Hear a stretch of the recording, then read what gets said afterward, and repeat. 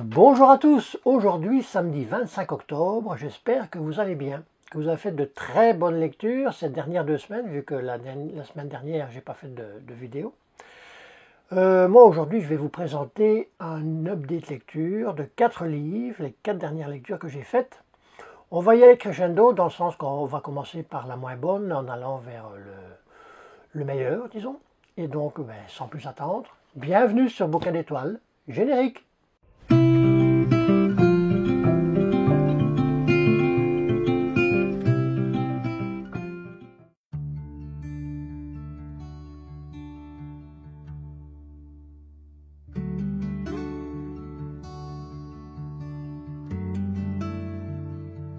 Alors, elles sont pas belles ces couleurs. Et oui, ça maintenant, ça fait à peu près un peu plus de 6 ans que je suis au Québec. Les automnes sont toujours magnifiques, les couleurs automnales, mais cette année, je crois que c'est le top. Vraiment.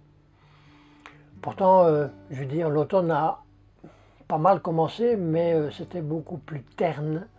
On se dit, bon, parce que chaque année est différente l'une de l'autre. Mais là, aujourd'hui, quand je dis aujourd'hui, on a eu quelques grands coups de vent, donc il y a, je veux dire, certains arbres, il n'y a quasi plus de feuilles. Mais alors les couleurs de certains, en général ce sont les érables, comme il y a beaucoup de sortes d'érables, il y a des feuillages qui sont rouge vif, jaune vif, orange vif, il y a même des fois du rose, c'est incroyable. Alors, le premier livre, et donc le moins bon des 4, c'était Vent de glace de Patricia Cornwell aux éditions Flammarion Québec. Donc, qui est Patricia Cornwell? C'est une autrice américaine qui est âgée aujourd'hui de, je crois, 68-69 ans. Elle est spécialisée dans tout ce qui est roman policier, enquête criminelle. Case Carpetta, ici, fait partie, donc c'est une enquête de Case Carpetta.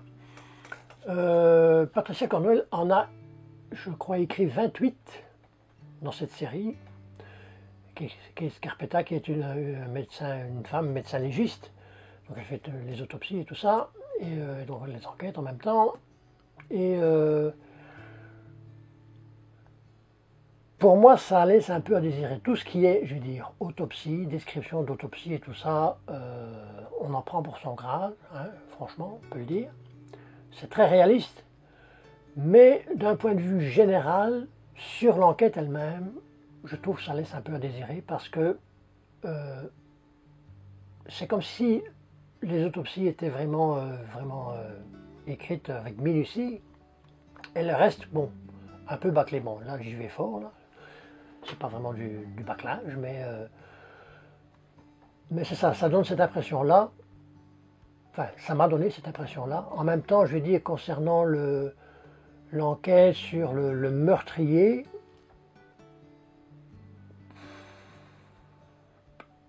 tout ce qui est point de vue psychologique du meurtrier, vraiment pourquoi il a fait ça, c'est pas vraiment développé. C'est développé un minimum, vraiment un minimum, mais pour moi, c'est pas assez. Est-ce que c'est peut-être parce que j'ai fait en même temps d'autres lectures que je vais vous montrer par la suite, aussi de romans policiers, thrillers, qui sont, je veux dire, autrement aboutis. Donc, après avoir lu ça, ça c'est un peu, comme je dirais, insuffisant. Donc là, j'en ai un deuxième à lire qui est Scarpetta, donc le titre Scarpetta. Donc on va voir. On ne va pas, je veux dire, jeter du feu sur Patricia Cornwell pour l'instant, mais je veux dire, c'est pas une lecture que je garderai en tête, sérieusement. Bon, comme je dis, oui, tout ce qui est point de vue description de l'autopsie, oui, ça génère pas mal de... ça fait bouger les neurones quand même. Mais bon, pour le reste, donc, voilà. C'est une lecture que j'avais faite avec Aude et qui, elle, avait déjà lu du Scarpetta, mais elle aussi. Ça n'a pas vraiment été sa tasse de thé. Donc voilà, on verra bien pour la suite. Ensuite, avant de commencer et de vous présenter le second livre, j'aimerais bien, comme à l'habitude, maintenant vous présenter, vous lire soit un extrait, soit une citation du livre. Donc ici, avec Patricia Cornwell, une opinion experte requiert davantage que de surfer sur Internet. Quand on détourne le regard des horreurs, on est aussi coupable que ceux qui les commettent. Donc là, on va agrandir les prisons, n'est-ce pas? Alors, je vais dire le second livre, donc second policier, et je vais dire sur les cartes, j'ai 3 policiers, hein, c'est rare quand même, c'est pas du varié cette fois-ci. Je fais toujours, oh oui c'est du varié, ben là, un peu moins.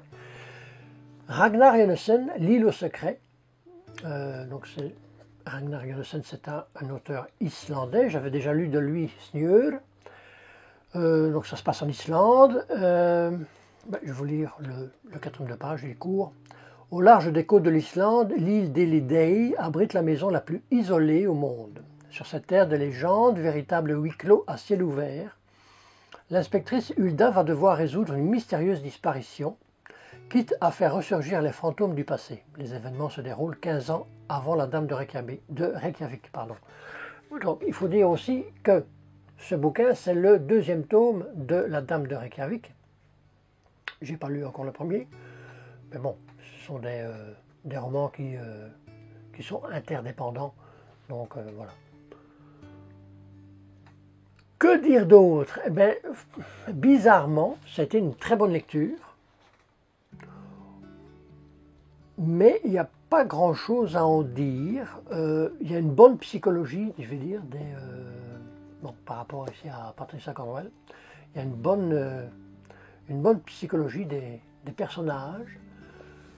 Bon, même si c'est une sorte de huis clos, il y a, si mes souvenirs sont bons, il y a 4 personnes qui sont réunies, oui. Bon, je ne vous en dis pas plus. Une des meilleures intrigues, oui, c'est aussi dans le 4e de page, une des meilleures intrigues de Ragnar Jonasson, nimbée de cette atmosphère scandinave sombre qu'on adore. Il y a de la neige, il y a de la glace. Donc, très bonne lecture. Bon, c'était aux éditions Point, je ne l'avais pas dit. Très bonne lecture. J'en ai, je crois, encore un dans ma palle qui attend. Ce n'est pas le premier de la Dame de Reykjavik, je ne sais plus lequel. Si je le retrouve de visu, oui, Ragnar Jonasson, La dernière tempête. Ça, ce sera le prochain Ragnar Jonasson. Donc, très bonne lecture, je le conseille. Ensuite, le 3e livre, et là on va changer de genre, hein, ça fait du bien de temps en temps, vu qu'on va de nouveau retourner, je veux dire, dans du policier pour le 4e et dernier livre. Ici c'est Melissa d'Acosta, Les lendemains, aux éditions Le Livre de Poche. C'est la première fois que je lis du Melissa d'Acosta, et je vous dis tout de suite, ce ne sera pas la dernière. D'ailleurs, je crois qu'il y en a encore 3 qui attendent ici. Dans la palle, je veux dire, c'est un peu grâce à mon épouse qui, elle, je crois, en a déjà lu 3. Melissa d'Acosta, donc c'est une autrice française, très jeune autrice quand même. Elle n'a pas encore 40 ans. Et elle en est, ça c'est son, je veux dire, c'est son deuxième livre qu'elle a écrit. Le premier c'était, là je regarde mes fiches, c'était Tout le bleu du ciel, c'est ça. Ici on va parler principalement, bon je ne vais pas dire de la mort, mais du deuil, ce qui est un peu différent. Ici on va suivre en fait, je crois que c'est Ambre, comme elle s'appelle, Amande, pardon, pas Ambre, Amande, l'héroïne du livre, qui a subi un double deuil, enfin, qui doit faire face à un double deuil, le deuil de son époux et le deuil de son bébé. Et Melissa d'Acosta met des jalons tout au long du livre. Bon, c'est pas un livre qui est hyper long, là, il fait je dis vraiment, pour être exact, 379 pages. Elle met des jalons sur comment faire? Que faire? C'est, comme je vais dire, propre à chacun de rentrer dans un deuil, de faire son deuil. Il y en a qui le font, je ne vais pas dire super facilement, mais il y en a qui, c'est ça, suivant aussi nos convictions personnelles. Et donc, on va voir les différents passages qu'elle va, au fil des jours, des semaines, des mois, on va voir comment elle va se réaliser. Elle va réaliser ce double deuil. C'est une très belle écriture, c'est frais, c'est aéré, on s'emmerde pas.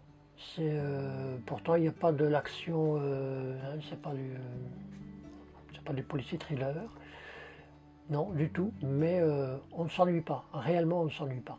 Donc, que dire encore? C'est ça, c'est le processus d'une femme qui doit se reconstruire après avoir tout perdu. Donc voilà. Alors, le quatrième et dernier livre, donc on retourne sur du thriller policier avec Les Morts de la Saint-Jean de Henning Mankell. Henning Mankell est un auteur suédois, parce que je crois qu'il est décédé en 2015, si mes souvenirs sont bons. C'est le meilleur des trois romans policiers. C'est un roman qui fait 500, allons-y pour le compte exact, 564 pages. Il y a aussi une différence, je crois, à l'avenir, quand je vais lire un thriller policier ou simplement un roman policier, que ce soit de l'Agatha Christie ou encore un autre Henning Mankell ou Patricia Cornwell, enfin soit, de ne plus lire le quatrième de couverture. Celui-ci, je l'avais lu, donc j'étais un peu mis au parfum de qu'est-ce qui allait se passer. Et on a affaire ici à des crimes odieusement crapuleux, on peut le dire. Et on va connaître, je veux dire, les protagonistes de cette horreur, ou de ces horreurs, à la toute fin, vraiment à la toute fin. Donc ça met le suspense. Le suspense commence dès le début, mais surtout, il y a vraiment une psychologie, autant des meurtriers que des policiers. Je veux dire, ici, ce sont des policiers humains, bon, forcément dans les autres aussi, hein, mais Henning Mankell montre réellement, écrit de sa plume, le doute des policiers sur cette enquête, parce qu'à plusieurs reprises, ils se disent on ne va jamais y arriver, on prend l'enquête par le mauvais bout, et ça montre vraiment le doute qui s'installe dans l'équipe. C'est ça, donc un magnifique thriller qui est, je veux dire, haut en couleur aussi avec les scènes. Les scènes sont vraiment... faut s'accrocher, de temps en temps quand même, faut s'accrocher.